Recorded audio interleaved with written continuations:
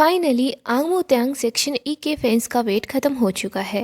Season 2 का first episode drop हो चुका है। एपिसोड के स्टार्टिंग में हम जेजे और कीफर को देखते हैं जो दोनों एक साथ होते हैं। जेजे और कीफर दोनों एक दूसरे के काफी ज्यादा करीब होते हैं। वो एक दूसरे को किश करने वाले होते हैं। तभी हमें प्रेजेंट का सीन दिखाया जाता है जहाँ हम जेजे को देखते हैं जो अपने स्कूल के लिए रेडी हो रही होती है। वो अपनी यूनिफॉर्म को देखती है। जेजे अपनी यूनिफॉर्म को देखकर बोलती है, मैंने जब से इस यूनिफॉर्म को देखा है ना तो बहुत सारी चीज़ें हुई है। इसके बाद वो याद करती है कि कैसे वो सेक्शन ई के अंदर गई थी और कैसे सब लोग उसके दोस्त बन गए, सब लोग साथ रहने लग गए। जेजे अपनी यूनिफॉर्म पहन लेती है। इसके बाद वो याद करती है कि जेजे और कीफर के बीच किस भी हुआ था। सोचकर वो शर्मा रही होती है और वो सोचती होती है कि ये मैंने क्या कर दिया। जेजे के फ़ोन पर बार बार कीफर के कॉल्स और मैसेजेस आ रहे होते हैं लेकिन वो बार बार कीफर को इग्नोर करती है। जेजे सोचती है कि मैंने यूरी का प्रपोजल एक्सेप्ट कर लिया है, फिर मुझे कीफर के बारे में नहीं सोचना चाहिए, मुझे अपने आप को कंट्रोल करना होगा। तभी वहाँ पर आंटी आती है। वो जे को आवाज़ लगाती है। जे बोल रही होती है, हाँ। आंटी बताती है कि तुमने तो अपने रूम को काफ़ी अच्छे से डेकोर कर रखा है। जे बोलती है कि हाँ, नई साल है ना, तो कमरा भी अच्छे से डेकोर होना ही चाहिए। आंटी बता रही होती है कि यूरी ने परमिशन मांगी है, वो तुम्हें अपने साथ ले जाना चाहता है। ये बताती है कि हाँ, मैं रेडी हो गई हूँ, मैं अभी आ जाऊँगी। जे अपनी रिंग को देखती है। वो सोचती है कि हाँ, फाइनली मेरी यूरी के साथ एंगेजमेंट हो चुकी है तो मुझे कीफर के बारे में नहीं सोचना चाहिए। जे खुद को बोल रही होती है कि जे जो कुछ भी हुआ तुम उसे भुला दो और मुझे पता है तुम ये कर सकती हो। जे घर से बाहर आ जाती है। इधर यूरी भी वहीं होता है। यूरी जे को गुड मॉर्निंग बोलता है। उसको बोलता है कि तुम्हारा बैग मुझे दे दो, मैं ले लेता हूँ। जे बोलती है कि इतना भारी नहीं है, इसे मैं भी कैरी कर सकती हूँ। जे बोलती है कि मैं अपनी बाइक से स्कूल आ जाती तो मुझे यहाँ पिक करने के लिए क्यों आए हो। यूरी बोलता है कि फियोंसी की ड्यूटी निभा रहा हूँ। जे सोचती होती है फियोंसी। जे सोचती है कि मुझे अभी तक इन सब चीज़ों की आदत नहीं पड़ी है। जे कार में बैठने वाली होती है तभी वहाँ पर एरिस आ जाता है। वो बोलता है कि जे तुम्हारे साथ नहीं जाएगी, ये मेरे साथ जाएगी। जे एरिस को बोल देती है कि मुझे यूरी के साथ ही जाना है, मुझे इससे कुछ बात भी करनी है। हम देखते हैं यूरी और जे दोनों कार में बैठ जाते हैं। जे और यूरी दोनों स्कूल के पास पहुंच जाते हैं। यूरी जे को बोलता है कि तुम ठीक हो ना, आज तुम कुछ बोली भी नहीं।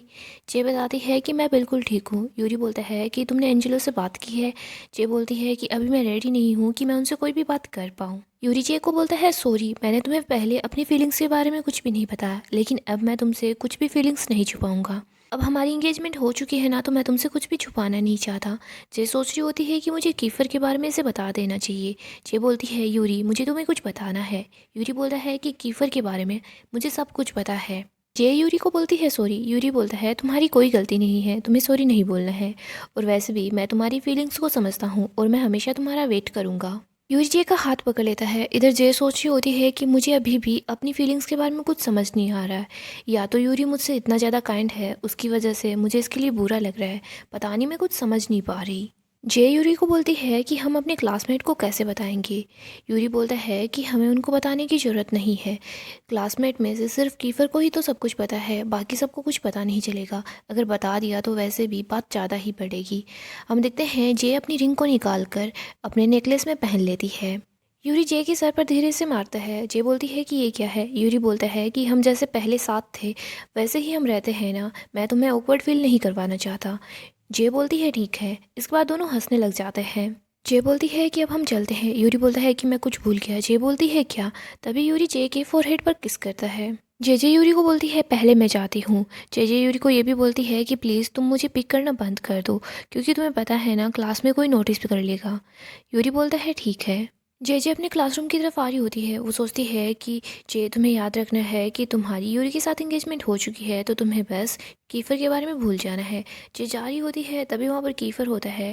वो जे को रोक लेता है। जे गाली देती है। कीफर बोलता है कि तुम ठीक से बोलो, तुम मुझे मिस कर रही थी क्या।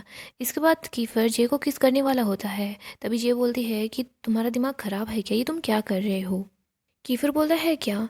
जे बोलती है कि तुम मेरे साथ फ्लर्ट करने की कोशिश कर रहे हो, ये सब कुछ बंद कर दो। कीफर बोलता है, इसमें गलत क्या है, मैं तुम्हारे साथ फ्लर्ट कर रहा हूँ, मैं तुमसे प्यार करता हूँ। जे बोलती है कि तुम्हें पता है मेरी और यूरी की इंगेजमेंट हो चुकी है, अगर मैं तुम्हारे साथ होंगी तो इसका मतलब मैं उसे चीट कर रही हूँ। कीफर बोलता है, चीट, तुम उसे चीट कैसे करोगी, हम दोनों रिलेशनशिप में थोड़ी ना है। जे बोलती है, फिर ये बात है तो मुझे यहाँ से जाने दो। जे वहाँ से जाने लगती है तभी कीफर जे को फिर से रोक लेता है। कीफर बोलता है कि हम रिलेशनशिप में नहीं है, लेकिन तुम सिर्फ मेरी हो। जे बोलती है, तुम पागल हो। कीफर बोलता है कि हाँ, तुम्हारे लिए तो पागल हूँ ही। इसके बाद हम देखते हैं कीफर और जे दोनों एक दूसरे को किस करते हैं।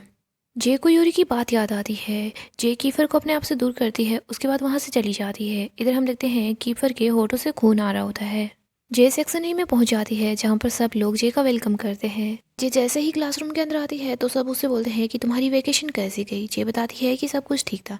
जे क्लासरूम में सब लोगों से मिल लेती है। वो देखती है कि यहाँ पर सीएन नहीं है। जे सब लोगों से बोलती है कि सीएन कहाँ पर है। हम देखते हैं उनमें से कुछ बता रहे होते हैं कि सीएन कॉल पिक नहीं कर रहा, पता नहीं वो कहाँ पर है। जे सीएन के लिए परेशान हो जाती है। वो सोचती है कि मुझे उसके घर जाकर पता लगाना होगा कि वो कैसा है, ठीक तो है ना। इधर हम देखते हैं डेविड भी क्लास के अंदर आ जाता है। जे डेविड से भी मिल लेती है। इधर हम देखते हैं कीफर भी क्लासरूम के अंदर आ जाता है। एड्रिक्स कीफर को बोलता है कि तुम्हारे लिप्स को क्या हुआ, तुम्हारी फिर से किसी से फाइट हुई है क्या, तुम्हें लिप बाम चाहिए क्या। इधर हम देखते हैं जे कीफर को चिढ़ाती है। वो बोलती है कि तुम यही डिजर्व करते हो। जे क्लासरूम में सब लोगों को देख रही होती है। यूरी भी क्लासरूम में आ जाता है। इधर हम देखते हैं कीफर और यूरी बस एक दूसरे को घूर रहे होते हैं। जे यूरी के पास होकर बैठती है। जे सोच रही होती है कि ऐसा लग रहा है कुछ भी चेंज नहीं हुआ है, सब सेम है। लेकिन वैसे ठीक से देखा जाए तो बहुत कुछ चेंज हो चुका है। टीचर भी वहाँ आ जाते हैं, सब लोगों का वेलकम करते हैं। सभी लोग काफ़ी ज़्यादा एक्साइटेड होते हैं। टीचर सबको रिट्रीट के बारे में बताते हैं। वो बताते हैं कि रिट्रीट के टाइम पर काफ़ी सारी एक्टिविटीज़ होगी और सब लोगों को आना भी ज़रूरी है। क्लासरूम में से स्टूडेंट बोल रहे होते हैं कि कब से स्टार्ट होगी। सर बताते हैं कि अभी तक तो डेट का कोई फिक्स नहीं हुआ है, लेकिन जब भी होगा हम आप लोगों को बता देंगे। टीचर पोस्ट फाइनल एग्जाम की बात करते हैं। इधर जे यूरी को बोलती है कि पोस्ट फाइनल एग्जाम। यूरी बताता है कि ये 5th एग्जाम होती है, इसी से ये पता चलेगा कि कौन पास होगा और कौन फेल होगा। जे बोलती है 5th एग्जाम। यूरी बोलता है तुम फिक्र मत करो, तुम्हारी तैयारी मैं करवा दूंगा। नेक्स्ट हम एमिन और डेविड को देखते हैं। वो दोनों मिलकर सबको खाना परोसते हैं। जे बोलती है बस इतना सा खाना। डेविड बताता है कि हमारे पास इतना ही खाना बचा है, हमें और खाना लाना होगा। हम देखते हैं जे अपनी प्लेट लेकर बैठ जाती है। इधर हम कीफर को देखते हैं। कीफर भी जे के पास आकर बैठता है। हम यूरी को भी देखते हैं, वो भी खाना लेकर उन्हीं के पास आकर बैठ जाता है। जे कीफर और यूरी दोनों के बीच बैठी होती है। जे खाना खा रही होती है, तभी कीफर जे के पास आता है। उसको बोलता है कि तुम याद रखना, तुम सिर्फ मेरी हो। जे गुस्सा हो जाती है और वहाँ से चली जाती है। वो बोलती है कि तुम में से कोई भी मेरे पीछे नहीं आएगा। जे टेरिस पर आ जाती है। वो देखती है कि वाह, यहाँ पर कितना अच्छा है, यहाँ पर कोई भी नहीं है, मुझे कोई भी परेशान नहीं करेगा। जे सोचती है कि मुझे सीएन के पास कॉल करना चाहिए। जे देखती है कि सीएन तो कॉल पिक नहीं कर रहा है। इधर हम एड्रिक्स को देखते हैं। वो काफ़ी ज़्यादा परेशान होता है। जे एड्रिक्स के पास जाती है, उसको बोलती है कि क्या हुआ। एड्रिक्स उसको बता रहा होता है कि मुझे कुछ पर ही गुस्सा आ रहा है। जे बोलती है कि तुम मुझे बताओ ना क्या हुआ है। एड्रिक्स बता रहा होता है कि वो किसी से प्यार करता है, लेकिन वो उसको बता नहीं सकता कि वो उससे प्यार करता है। जयद्रिक्स को बोलती है कि तुम सच में उससे प्यार करते हो क्या। चलो अच्छी बात है, तुम किसी एक से तो प्यार करते हो, वरना कोई अगर दो लोगों के बीच फंस जाता है तो उसके लिए मुश्किल होती है। जय अपनी बात को घुमा देती है और बोलती है कि तुम ये तो बताओ वो है कौन। एरिक्स जय को पिक्चर दिखाता है, वो फ्रेया होती है। जय बोल रही होती है कि ये तो प्रीति है।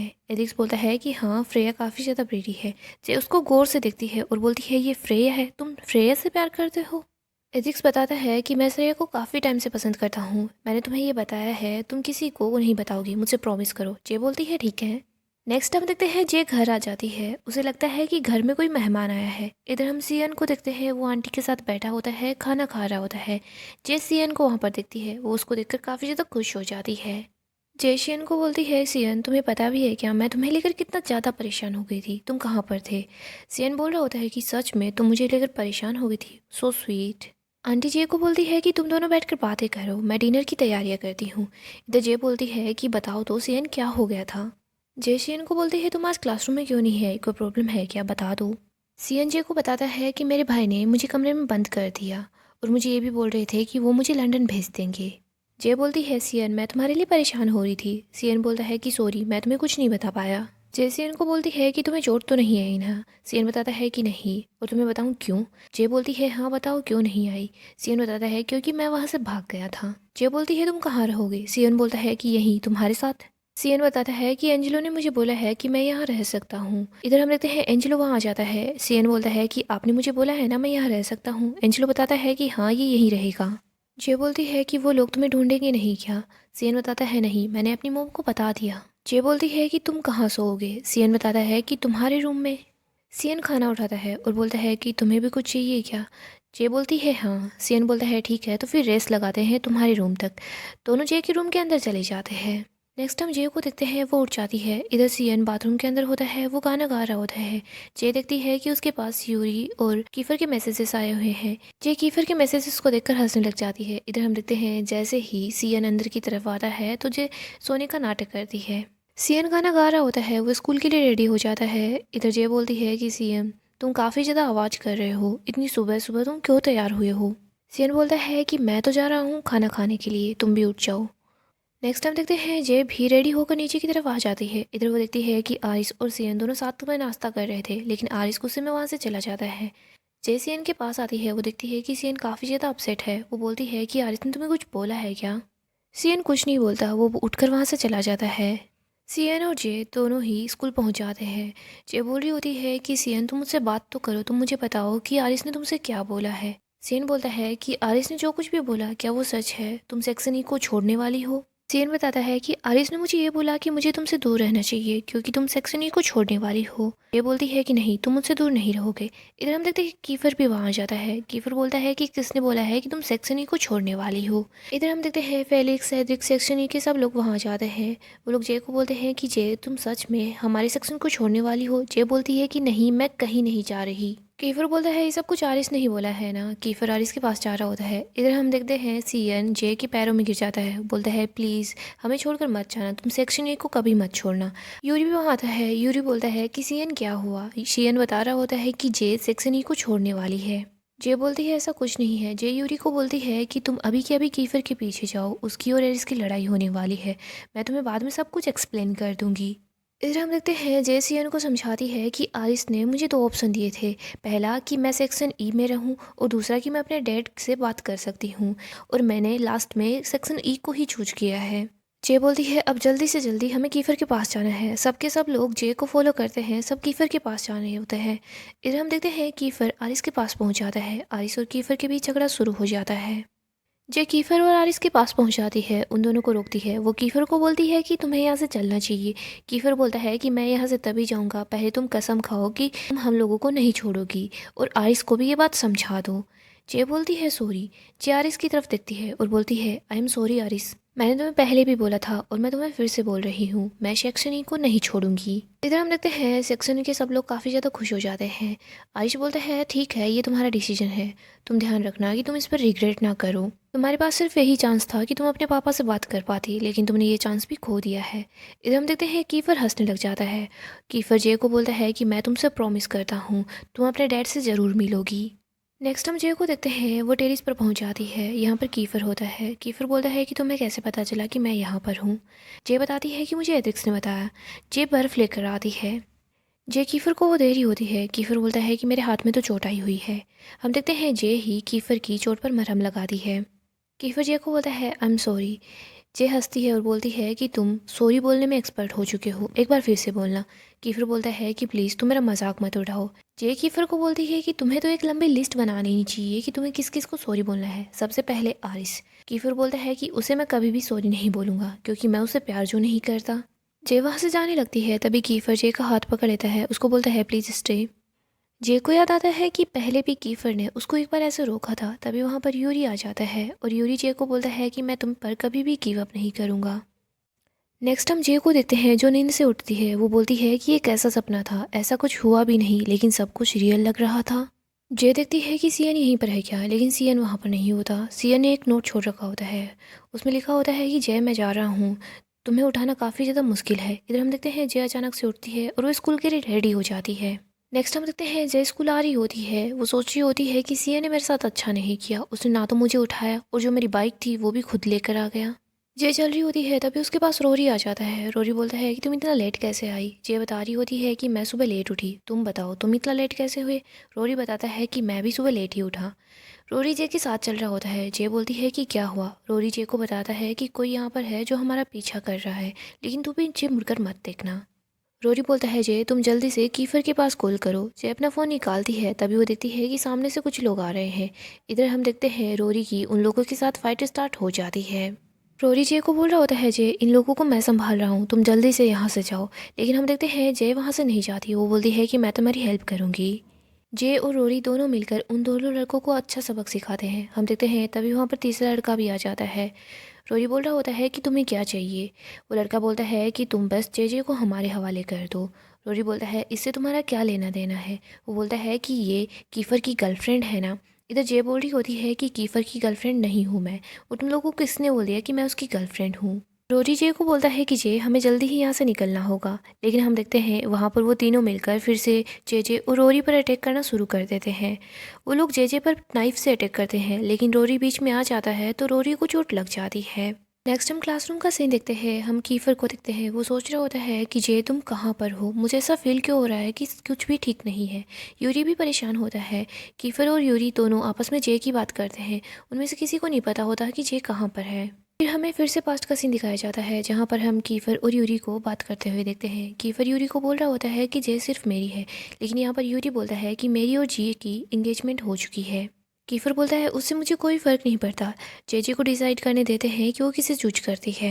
आगे हम फिर से प्रेजेंट का सीन देखते हैं। सीएन बोलता है कि जे अभी तक यहाँ पर क्यों नहीं आई है। इधर हम देखते हैं एट्रिक्स बोल रहा होता है कि जे की लोकेशन हॉस्पिटल की आ रही है। सभी लोग परेशान हो जाते हैं कि जे हॉस्पिटल के अंदर है।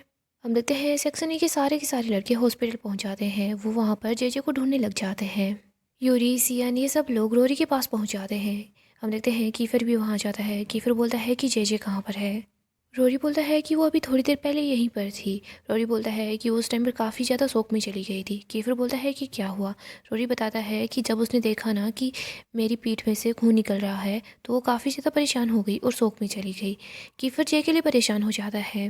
रोरी बता रहा होता है कि उन लोगों ने हम पर अटैक किया। उन लोगों को ऐसा लगता है कि जे तुम्हारी गर्लफ्रेंड है कीफर। और ये तो अच्छा हुआ कि डेविड टाइम पर पहुंच गया और उसने हमारी हेल्प की, वरना पता नहीं क्या होता। इधर हम देखते हैं डेविड भी वहाँ पहुँच जाता है। कीफर डेविड को बोलता है कि अगली बार हीरो बनने की कोशिश मत करना, पहले तुम मुझे कॉल करना।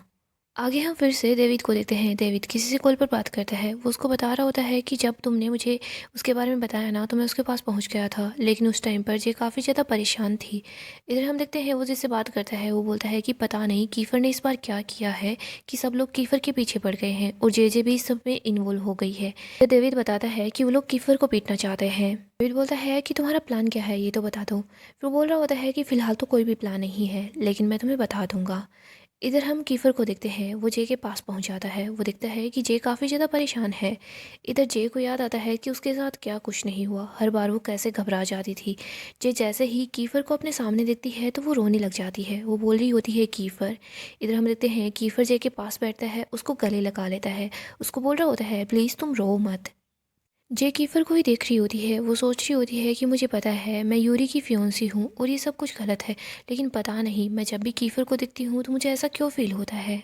कीफर जे को अपना जैकेट दे देता है। इसके बाद वो उसे उठा रहा होता है। जे बोलती है कि तुम क्या कर रहे हो। कीफर बोलता है कि फ़िलहाल तुम्हें रेस्ट करने की ज़रूरत है। हम देखते हैं कीफर जे को अपनी गोद में उठा लेता है। कीफर जे को ले आता है। इधर हम देखते हैं यूरी और सब लोग वहीं पर होते हैं। यूरी जैसे ही कीफर और जे को इतना करीब देखता है तो उसे काफ़ी बुरा लगता है। यूरी बोल रहा होता है कि जे मैं कभी भी तुम पर गिव अप नहीं करूँगा। इधर जे सोच रही होती है कि ये सब कुछ क्या है, क्या फिर से मैं कोई सपना देख रही हूँ। अगर सपना है तो प्लीज़ कोई मुझे उठा दो। सो गाइस, इसी के साथ फर्स्ट एपिसोड यहीं पर एंड होता है। नेक्स्ट एपिसोड के लिए हमारे चैनल को सब्सक्राइब करें और वीडियो पसंद आता है तो प्लीज़ लाइक करें।